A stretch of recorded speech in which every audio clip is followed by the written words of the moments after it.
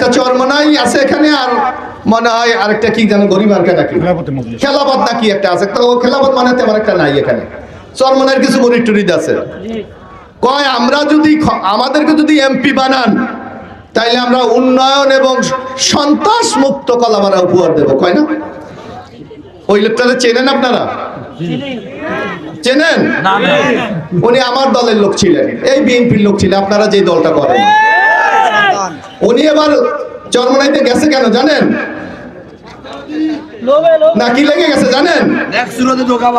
উনি বুঝছে যে বিএনপিতে থাকলে উনি নমিনেশন পাওয়ার কোনো সম্ভাবনা নাই।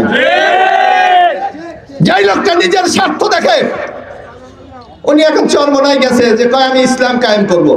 আমাদের অনেক এখানে ইসলামী স্কলার আছে, এখন বাংলাদেশে কি ইসলাম নাই? তো উনি কোন ইসলাম কায়েম করবে? আমি কি মুসলমান না? আমাদের এখানে অনেক মুসলমান আছে, হাজি আছে, আছে না? আমরা কি নামাজ পড়ি না? আমরা কি রোজা রাখি না? আমরা কি ইসলামের নিয়ম কানুন মানি না? তো উনি কয় আমি ইসলাম কায়েম করব, ইসলামী দলের ভোট দিতে হবে। আরে বেটা আমরা কি অন্য দল নাকি? অর্থাৎ এটা মানুষকে ধোঁকা দেওয়ার একটা কৌশল। কয় যদি দাড়িপাল্লায় যদি পাকা মার্কায় ভোট না দেন তাইলে ইসলাম হারিয়ে যাবে। কি বলে না? কয় যদি এই মার্কায় ভোট দেন বেহেশতে চলে যাবে। পৃথিবীতে বেহেশতে যাওয়ার জন্য মাত্র 10 জন লোককে মহান আল্লাহ তাআলা সুসংবাদ দিয়েছিলেন। আপনারা জানেন, যারা আমাদের হুজুররা আছে না?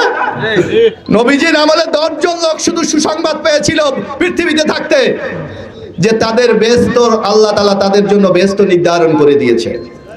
এছাড়া কারো কোনো ক্ষমতা আছে? ওই লোকটারে জিজ্ঞেস করে দেখেন তো, যখন বলে এই মার্কায় ভোট দিলে বলে ভাই তোর টিকিটটা কই একটু দেখা আমার, একটু জিজ্ঞেস করবেন যে তোমার টিকিটটা কোথায়, এটা আমাদের দেখাও।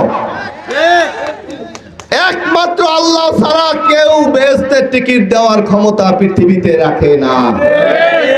এই ধরনের যারা, এদেরকে বলে কি ইসলামের ভাষায় বলে মুনাফিক, যারা মানুষকে প্রতারিত করে, যারা মানুষকে বিভ্রান্ত করে, এদেরকে আমাদের রুখে দাঁড়াতে হবে। নবীজি, আমাদের প্রিয় নবী হযরত মুহাম্মদ সাল্লাল্লাহু আলাইহি ওয়াসাল্লাম বলেছিলেন যে কিয়ামত যত ঘনিয়ে আসবে এই ধরনের ভণ্ড লোক তত বের হবে।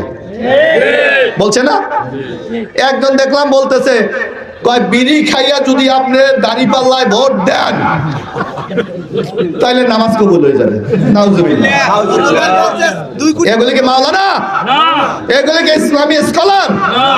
বিড়ি খাইলে বলে দিয়ে বলে দাড়িপাল্লায় ভোট দিলে নামাজ কবুল হয়ে যাবে। এই সব ভণ্ডামিদেরকে বিরুদ্ধে আমাদের রুখে দাঁড়াতে হবে।